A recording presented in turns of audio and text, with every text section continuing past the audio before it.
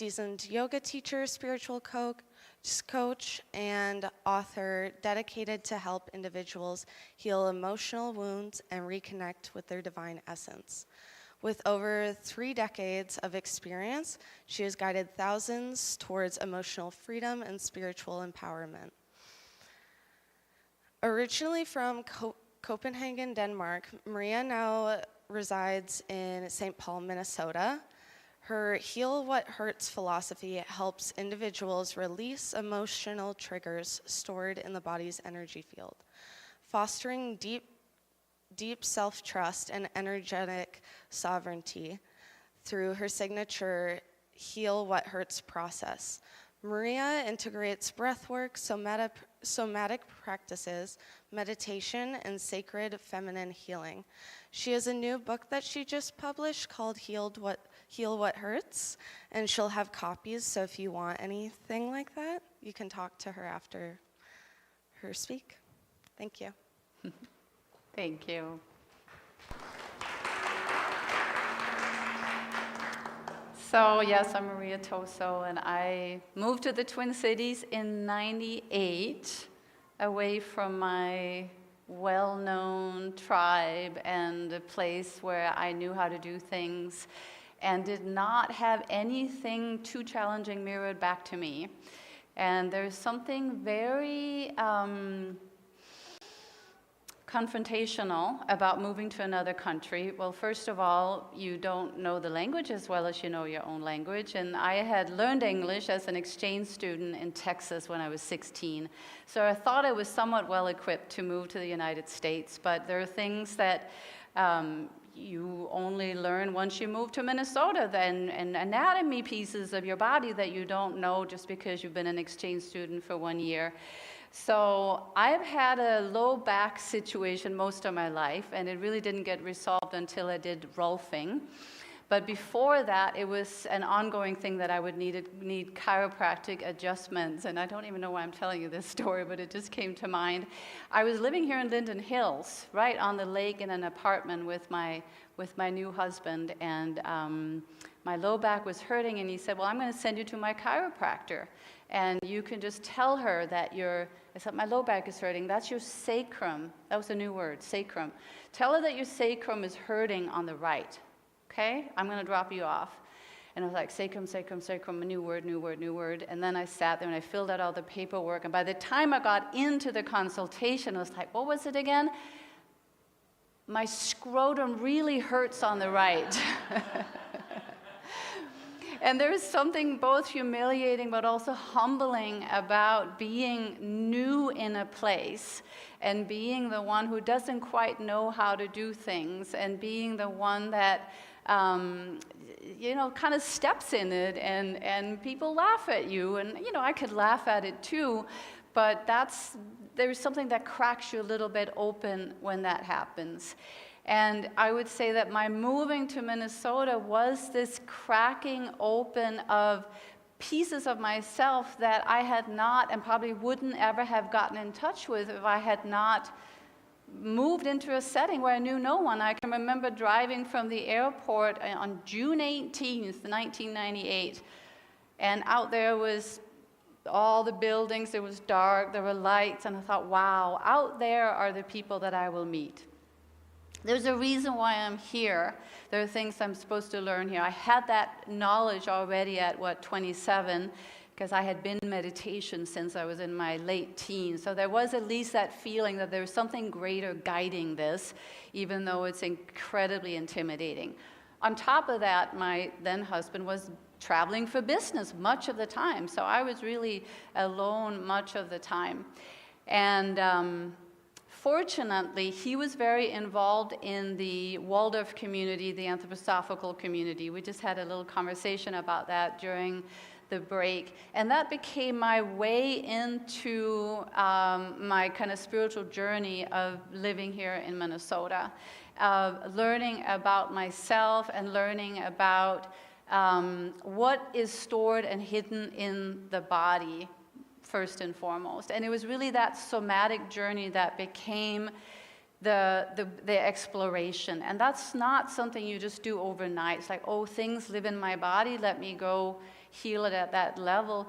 It has felt like, and it continues to feel like, this ongoing journey of penetrating the energy field, the matter of the body, more and more and more, to discover what is lying there.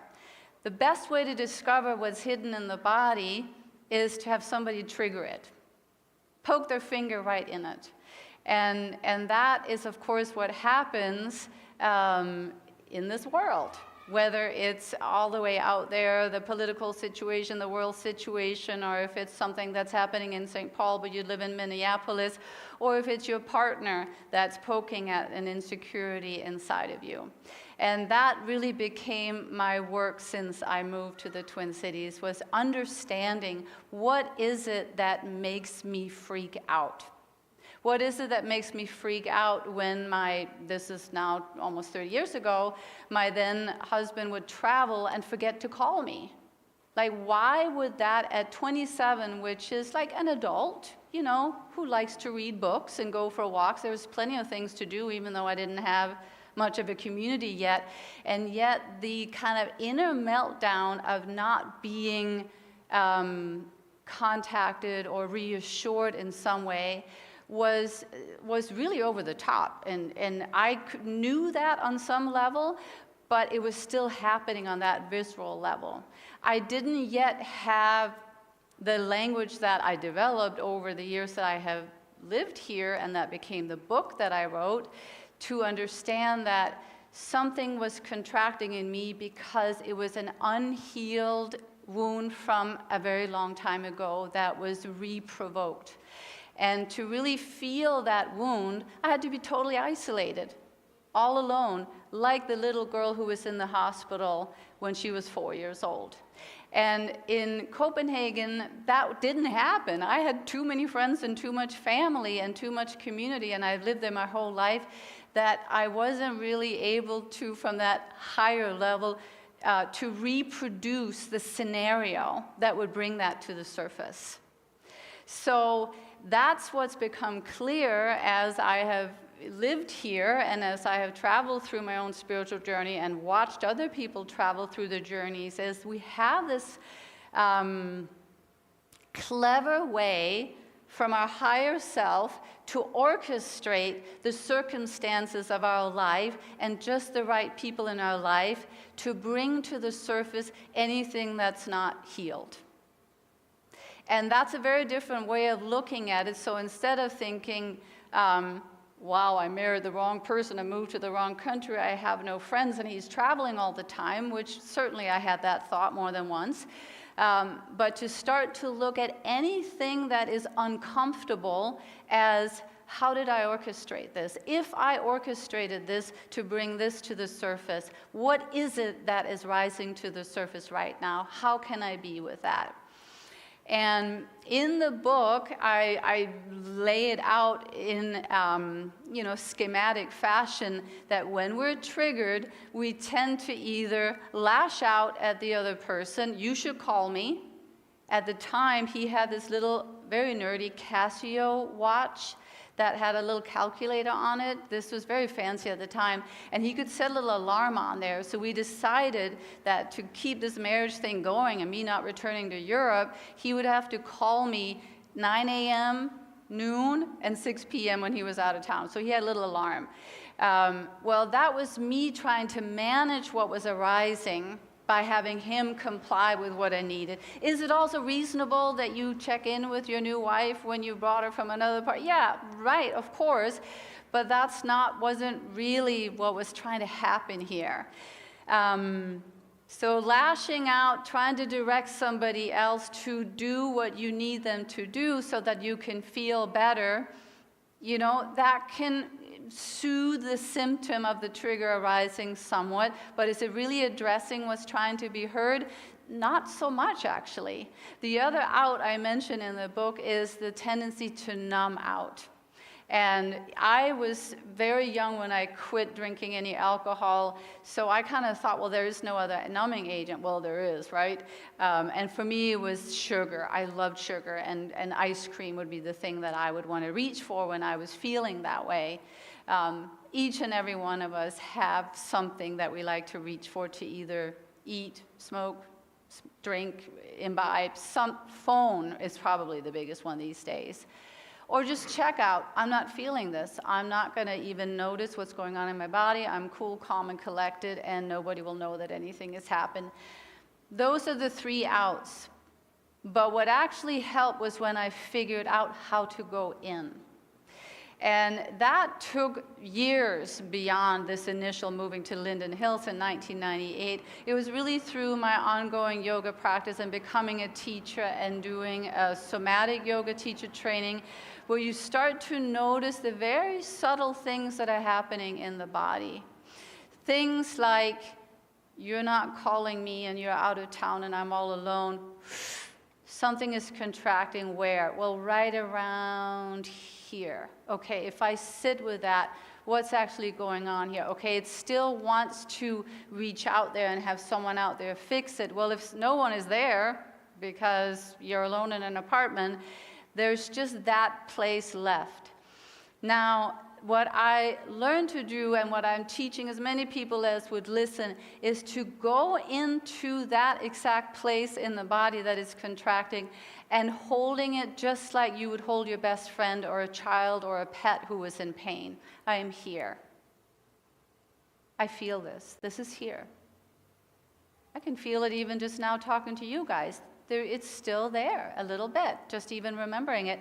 But as I bring awareness to it, what I want to do next is I kind of want to yawn. Did you notice how you wanted to yawn before you came up here? She was a little nervous coming up here. You know, it's a little bit of a thing to step up here. And she confided, I said yes to doing it because I want to, push through that. But I noticed you yawned. And the reason I noticed it is because when I feel that place in the body that's contracted, that reminds me of that. There's a yawning that wants to happen, and I'm moving something through. So now I'm going to see it through a slightly different lens. I'm speeding up this process a little bit. But if I were alone in an apartment right now, I have addressed what is contracted. I have released it to some degree by, instead of fleeing from it, which is just going to contract it more and make my outs, my lashing out, my numbing out, my checking out more intense. Instead, I have sort of relaxed that. And what is it that happens then? My life force, my prana, my breath can now access it. That higher self of who I really am can now access that place that contracted and release and soften it a little bit. Now it's like, hey, I got this place to myself. Pretty nice. I'm going to stay up late and watch a movie. No, I'm going to rollerblade around Lake Harriet. And all of a sudden, it's like, so nice to have this to myself. I don't have to deal with someone else. I can eat what I want. And that whole idea that I was completely abandoned shifted a little bit. Have you guys noticed how that can happen when all of a sudden something that seemed like hurtful and frightening, that when you're able to relax out of that, all of a sudden something opens up. And it's actually not so bad. But you can't really talk yourself into that because it's so in the body. And believe it or not, this actually all brings me to Gary's theme for the month. I'm not sure who comes up with the themes for the month, but they act like these little homeopathic pellets when I get the email, do you want to talk? And the theme for this month is seeing beauty around you. And we can, from the intellect, from the left brain, decide, I'm going to be the kind of person who sees beauty around me. That's going to be my intellectual exercise. I'm going to name what's beautiful. And that's a good start, right? I mean, you can shift yourself to some degree.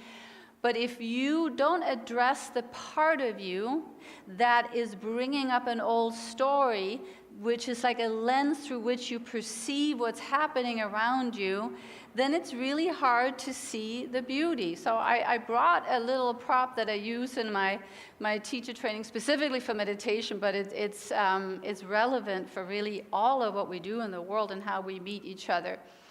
So I know that in this community, we agree that we are the divine light inside. Each of us have that divine light. When Mark was guiding us through drumming earlier this morning, at some point I looked up and I saw the dome up there. It looks like a sun, right? It looks like a sun with rays. And there was this moment where it felt like the sun is who we all are, and each ray is dropped into each of us. So we're sitting in this circle, and each of us is this ray. So you could say this is the ray inside each of us. Now, when I look at you from that part of myself, and I'm pretty clear and not contracted in the energy field of my body, I see that in you as well. We know that moment, right? We see somebody, it's like, I know you. You kind of look like my brother, or have we met before? There's this feeling of recognition of the shared humanity. Kids do it very effortlessly, right? They just run up to each other at the playground. Want to play with me? And there's just this instant, yes, and then I'm building this and you're doing that. And there's not a whole lot of reservations yet. Now, as we start to have experiences that contract us in various places in our body, and we don't release them again, all of a sudden we have a bit of a filter. So when I am not being contacted by my forgetful husband who had been single for like 5 years before he met me, he wasn't used to having to, tend to somebody that way, and something is contracting. Now I'm seeing the situation through this. I'm not seeing, nice to finally have this apartment to myself. I'm actually a person who really loves alone time. I go kind of crazy if I don't have it. It was perfect, actually. But I was seeing it through this lens of no one loves me. I'm all alone in the world. Nobody's going to come. I don't know when, if anybody's ever going to come. This is the 4-year-old girl in the hospital bed in the 1970s in Copenhagen, where the nurses had been told, I kid you not, because I met one of these nurses later, like a couple of years ago, found her online. We had lunch, and she said the nurses had been instructed to not touch or show empathy to the kids because that makes them weak. So that was quite the training, right? So here I am. I'm not to be empathized with, to be held, to be understood or related to as, hey, you must be scared, your parents are suddenly not around you. So here I am, I'm seeing it through this lens. And anything that smacks of that experience, if I have not released it, I'm going to see it through that lens. I'm going to see you through that lens. And I might be able to address, in the case of my husband not contacting me, from a calm place, would you just, call me? Can we just make that an agreement from a sort of an adult, relaxed, expansive place? But if I come at it from this place, I'm going to fling plates across the room because you made me marry you and took me here where I'm miserable. And I did. So, and that's what we would call lashing out now, textbook language. So this is all to say, when you're being asked to see beauty in a situation, that is easier said than done if you're contracted inside, because the lens through which you're viewing whatever it is you're viewing is distorted. Have you had that experience where someone else looks at you through a distorted lens? You can tell that there's not much you can do. They already have an opinion about what you're up to. But it's tainted by their prior experience because something in their body, their energy field has now contracted. And this is what happens in most relationships. As I got to see, both in my own relationships, but also in helping people, coaching and yoga teacher training, all the things I've been up to, is that you have me over here becoming contracted into a 4-year-old, and then you might have someone else over here getting contracted into a 9-year-old. And very often their triggers, what sets the other person off, is like this perfect little hook where it's really hard to wrestle free of that. And how are you going to see the beauty in the world if you're seeing it through an old story? Now, when I first started working with this, I got into Byron Katie. Are you guys aware of Byron Katie? She would have you question your thoughts. At the thought level, say, he doesn't love me, he tricked me into marrying him, he doesn't actually care about me. Okay, so that would be my thought. And in her work, when I first started exploring that and took her workshops, she would have you question those thoughts. Is that really true? Can you absolutely know it's true that he doesn't love you? He hates you. Can you come up with 3 examples where that's not true? So that was actually a very good way of kind of wrestling a little bit with your ego-based mind and saying, hey, this is ridiculous what you're coming up with here. Clearly he did X, Y, Z, which clearly shows that, you know, he does care about you. And then you do the same on your end. I don't care about you. Could that be as true or truer? Well, certainly some of my actions were a lot less caring than his. So then you start to kind of, you argue with your own thoughts, and you start to calm down a little bit, you change your thoughts. But what you're not addressing with that method is what's going on in the body. So if you can say your thoughts are like the sprouts from a root. And you can then address the thoughts. Might be a bit of a thistle over here. It's like, this is not helpful. This is hurting me. If you step on it, it hurts. Let's chop it off. But the root is what's happening in the body. When I teach breathwork and meditation, one of the things I've noticed both in myself, but I've also heard it from other people, is that when you have done breathwork and you've done body-based meditation, and by that I mean meditation where you really penetrate your body, because I would say there's sort of 2 streams of meditation. One is like disassociating from the body, becoming one with the cosmos, you could say, and the other is going deeply, deeply, deeply into the center. The kingdom lies within, and becoming one with your body and fully embodying your body. The second is what I would recommend, because the body is where all your whole curriculum is in your body. That is where all the old pain is that needs to be penetrated. But when you're fully, fully in your body, and then you look out the window, all of a sudden the trees are more beautiful than you have ever seen. The plants have a glow around them. Other people suddenly look like, you know, someone you would want to get to know, and someone who feels like there's just love and compassion streaming out of their eyes. What happened? Those filters just dropped away because you became so present. In the European system of education, you might say, which is what we are subject to both here and in Europe, we very much come from the perspective of Descartes. I think, therefore I am.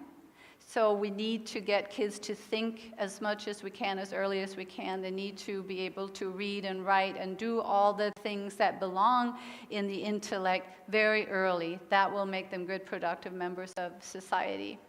But that is the very action that actually brings us more into our ego-based selves, and where we don't see each other through the lens of love anymore. So the practices that would help us see beauty in the world is that of becoming really, really present, of being able to drop the filter, or alternatively realize the filter is there. I am seeing you through a filter. Some of my judgments are up right now, but I am so strong in my light that I'm going to see right through that. And I also see that you're seeing me through a filter. Some of your labels have come up, but I'm going to see right through also your judgment about me, and you're going to do the same. That there's a willful decision to be in the divine part of ourselves through radical, radical loving presence, first and foremost inside. We're not able to do that for each other and create a safe space for each other where we actually want to be and see each other if we don't do it for ourselves. So if we're resisting being with what hurts and doesn't feel good inside of our own body, the old stories that arise, we're kind of a little bit out. Oh, I don't want to be in here. I have butterflies in my tummy and a lump in my throat and a tension in my chest. So I'm not going to be in here and be with that. Well, if I'm not in here, hold that with love, relax it enough that I can now perceive you. I can't really see you, and you can't really see me. And I don't know if this is what you've experienced, but I know that this is what I've experienced kind of since 2020, that there was a sense that it became so uncomfortable to be in our bodies with everything that was going on, that most of us kind of went a little bit out. And you can go to the grocery store and it's like there are other bodies there, but there's not that sense of connection, that momentary, I see you, I see you, I see you, I see you. That helps us remember ourselves, and that helps us want to be in ourselves. So we're all challenged right now as spiritual people who get up on a Sunday morning and do something like this or whatever else we're doing to try and remain in our hearts and remain spiritual. We're challenged to become extra lovingly present inside of ourselves. You might think of it as every human being is like a light bulb. And we have the capacity, say, to blast light into the dark matrix at 1,000 watts. But most of us are like at 20 watts right now because we're not really here. We're not willing to fully come in here and really be here. So the dimmer it gets, guess who can do a lot of damage while all the good ones are out?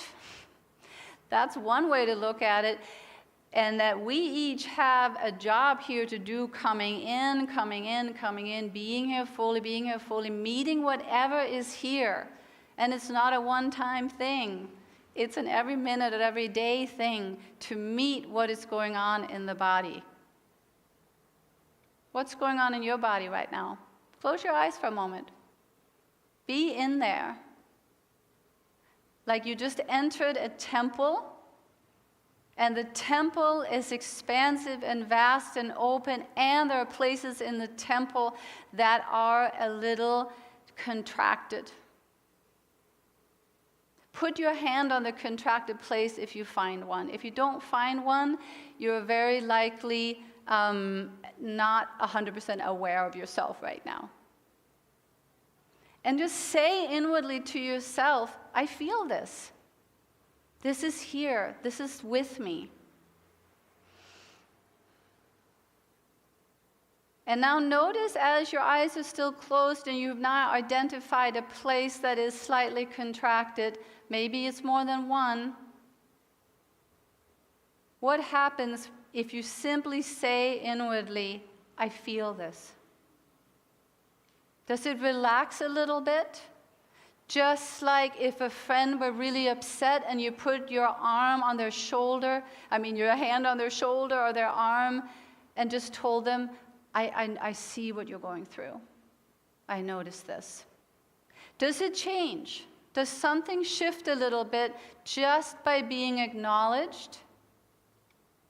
And now, okay, we're speeding this up a little bit, but just, does this remind you of something else? Has this feeling been with you before? How old is this feeling? Is this really Trump that put that feeling in there, or is this older than Trump? Or whoever we're pinpointing our bad feelings on today, how old is this feeling? And I'm not asking you to go into your mind and look through the file cabinets of what you've talked to your therapist about. I'm asking you to be with a contracted place in the body like you would a child that is in distress. And that child may just need you to hold it with warm, caring, I've got you arms. And that may be what's needed right now. The child may have something to say. It may want to show you an old memory. It may want to confide something, or it may just need to be held for a moment. I'm here. I'm listening if you have something to tell me. I've got you. And I will be back over and over. I'm done abandoning you just because it doesn't feel good to be contracted in some area of the body. Now, let's take it just a little bit further before we come out of this exercise. What is the story here? And I'll give you a clue. It's very likely a story, if it's a contracted area in the body, it's very likely a story that is somewhere along the lines of, I'm not loved, I'm not safe, I don't belong.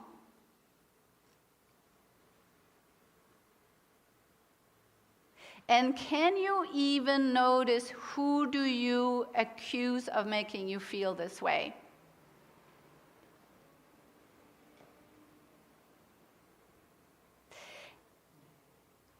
And again, I'm speeding this process up a little bit, but let's imagine powerful, radiant, loving presence now penetrating this area in the body.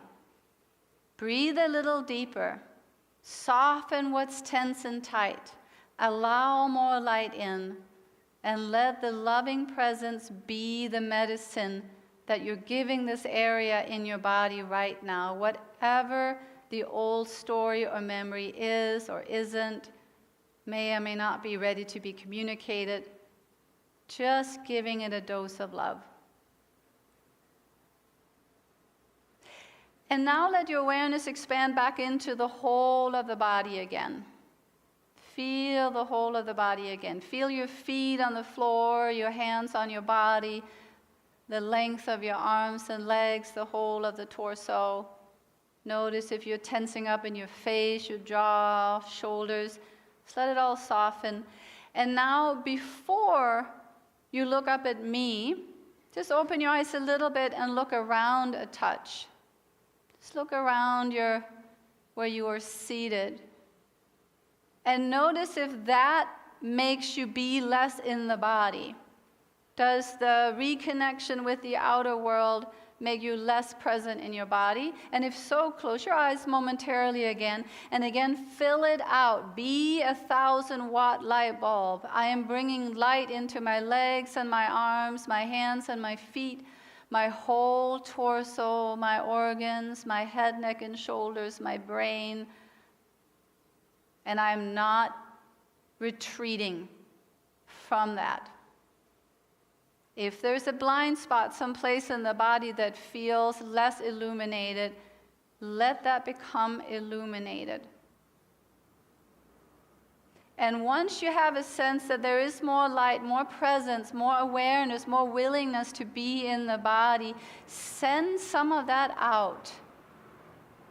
Fill the space with you. I am fully here. I am giving my greatest gift to this space right now, to the people I'm here with this morning, my light, my beingness, right here.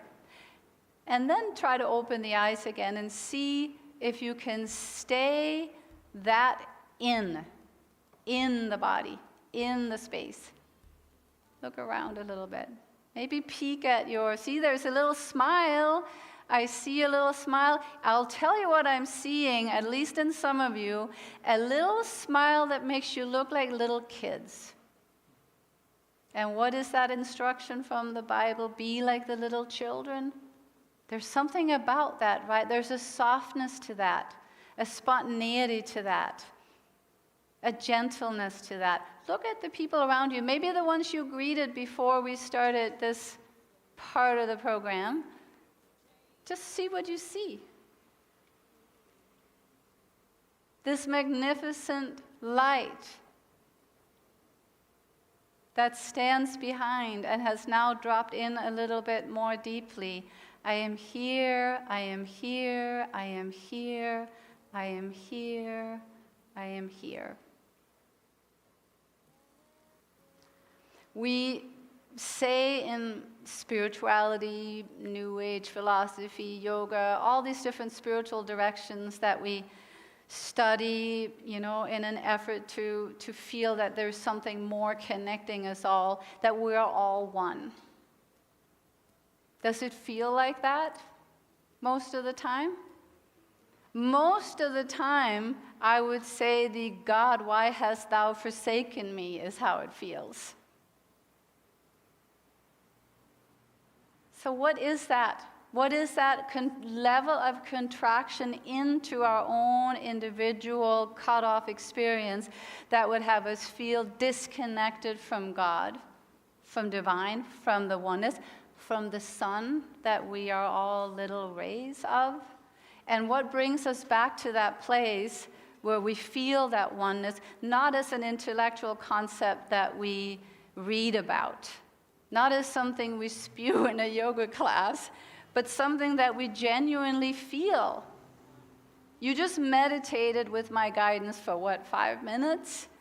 And then the rest of the time, we go back into, you're different than I am. You and I, how are we different? How are we opposing? How are you out to get me? How are you out to, get money from me? How can I get money from you? That seems to be the game we drop back into.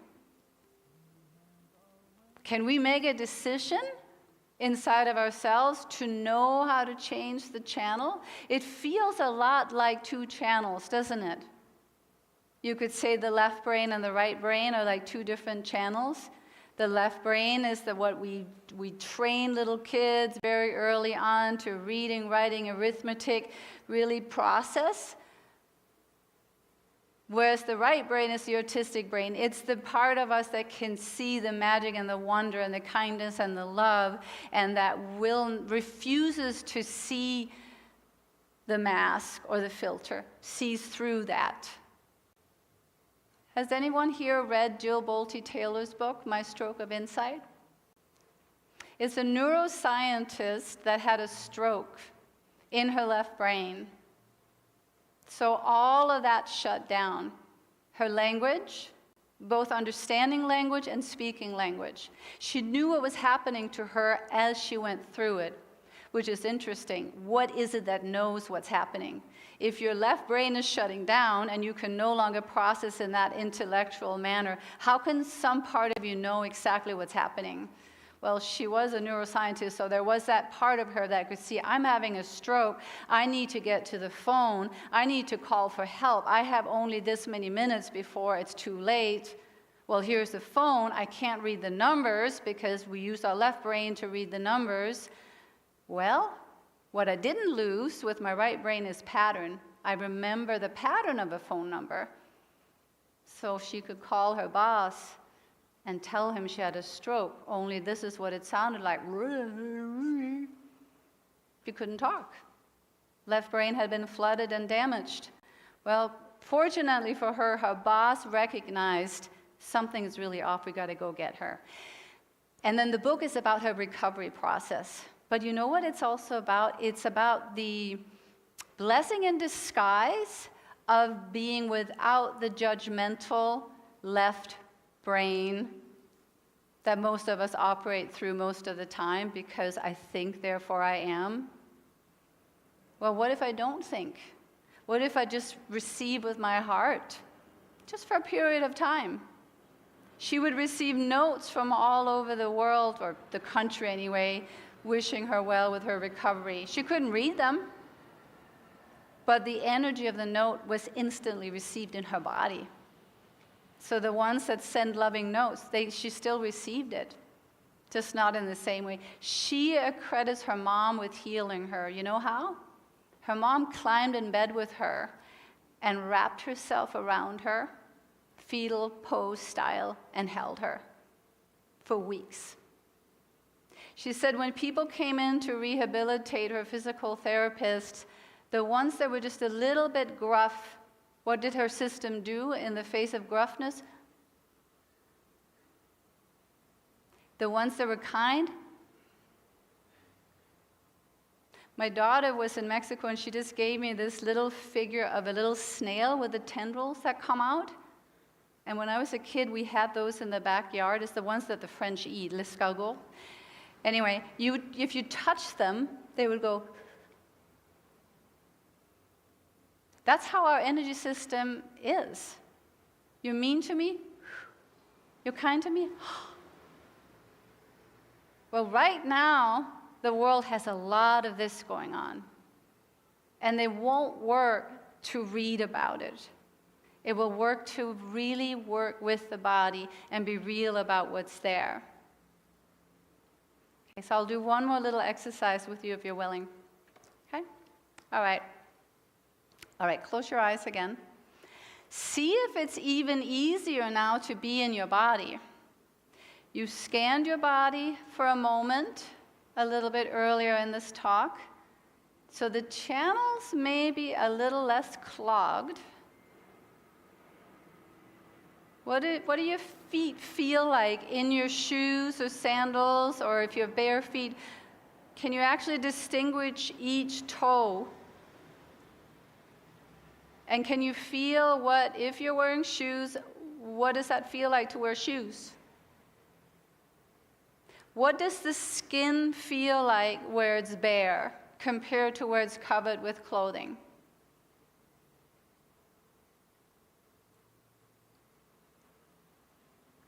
What does your bottom feel like on the seat of the chair? Are you leaning? Are you sitting upright?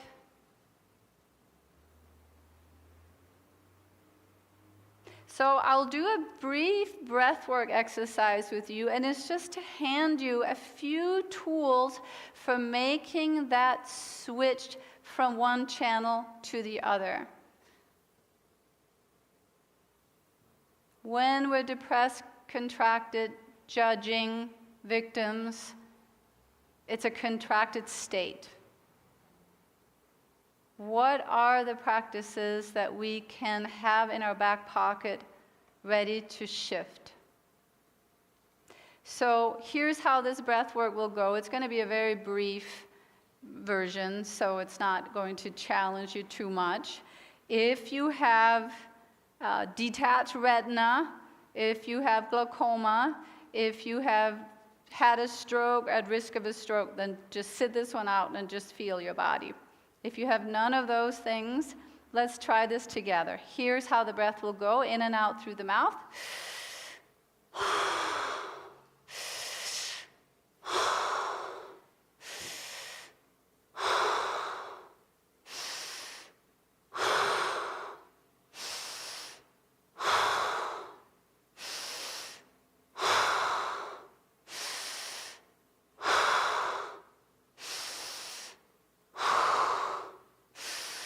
Keep your rhythm going, even as I guide you a little bit more into the body. I want you to really feel your body as you keep this rhythm going. In, out.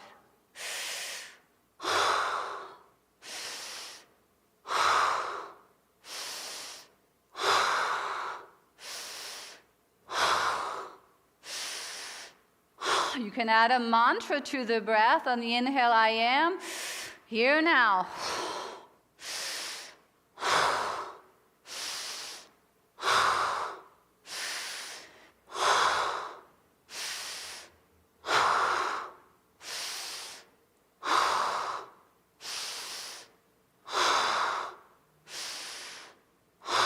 Okay, all the way in. And then exhale all the way. And let yourself really be held by your chair. Feel the shift in the energy in your body. Be as present as you possibly can in as much of your body as possible.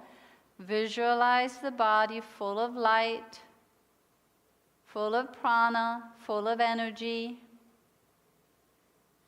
And let this energy, the prana, say to the body, I am here.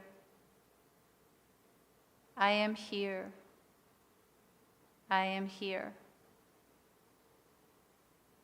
Now stay very grounded in the body. Feel whatever you did with your body in that short little breathwork trial. And then open your eyes again. Look around. You might be a little dizzy. That's okay.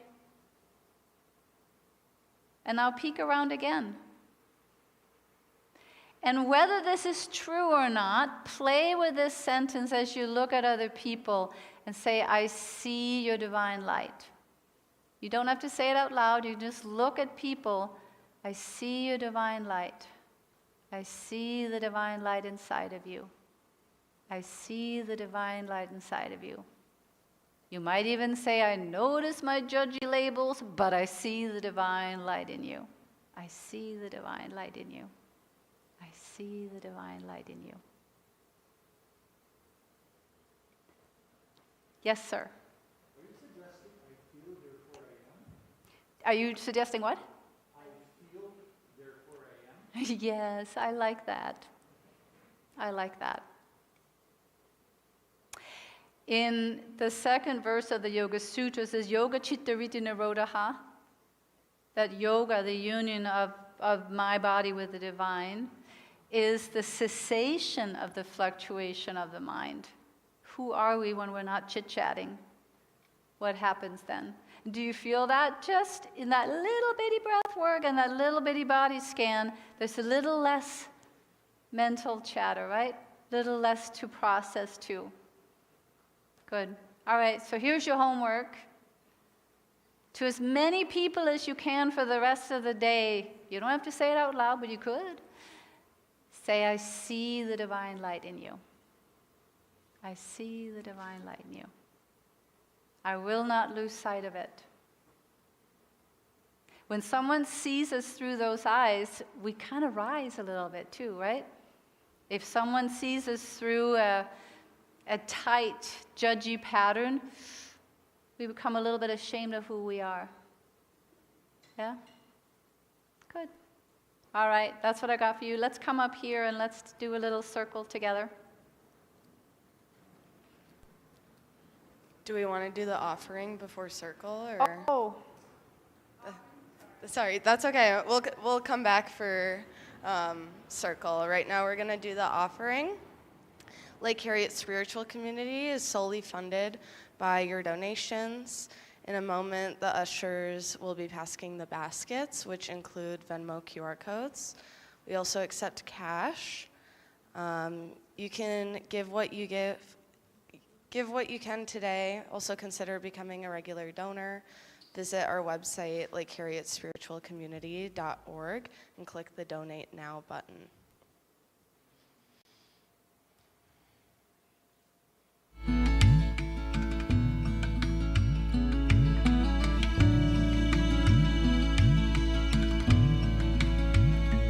What would I change if the choice were mine? I was doing the best I knew at the time, and every door that was opened and door that closed, all the things that made me grow, sent me off down another road, off to look for a light in the window.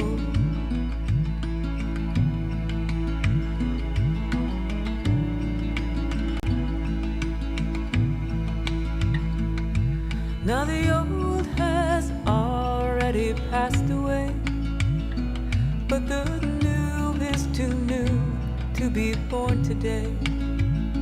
So I'm throwing out seeds on the winter snow as the cold wind begins to blow. Standing here on a new threshold, I can see a light, there's a light in the window. Please help me bless the offering by repeating after me. God's perfect love flowing through me, blesses and multiplies all that I receive, all that I am. Aho.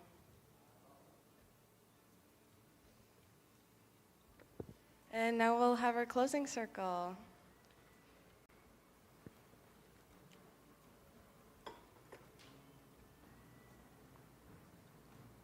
you were the one who looked like a little kid.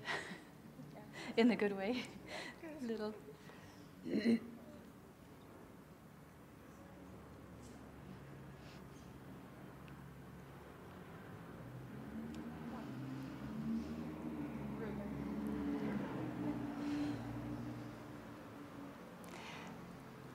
Let's each of us find a moment to see everyone. Just let your eyes move around.